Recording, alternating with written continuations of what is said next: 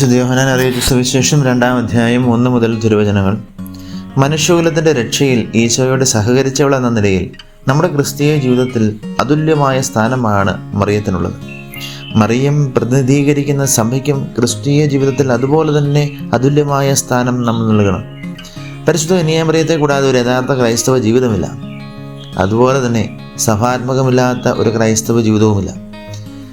പരിശുദ്ധ മാതാവിനോടുള്ള ഭക്തിയും സഭാത്മക ജീവിതവും ക്രൈസ്തവ ജീവിതത്തിൻ്റെ അവശ്യ ഘടകങ്ങൾ തന്നെയാണ്.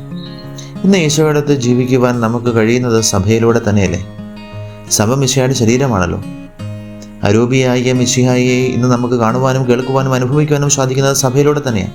അതുകൊണ്ട് സഭയുടെ വചന ശുശ്രൂഷയിലും അപ്പം മുറിക്കൽ ശുശ്രൂഷയിലും കൂട്ടായ്മ ജീവിതത്തിലും പ്രാർത്ഥനയിലുമൊക്കെ സജീവമായി പങ്കുചേർന്നുകൊണ്ടാണ് ഇന്ന് നമുക്ക് ഈശോയോടൊത്ത് വസിക്കുവാനും ഈശോയുടെ മഹത്വം ദർശിക്കുവാനും അവിടുത്തെ ശിഷ്യത്വത്തിൽ വളരുവാനും സാധിക്കുക.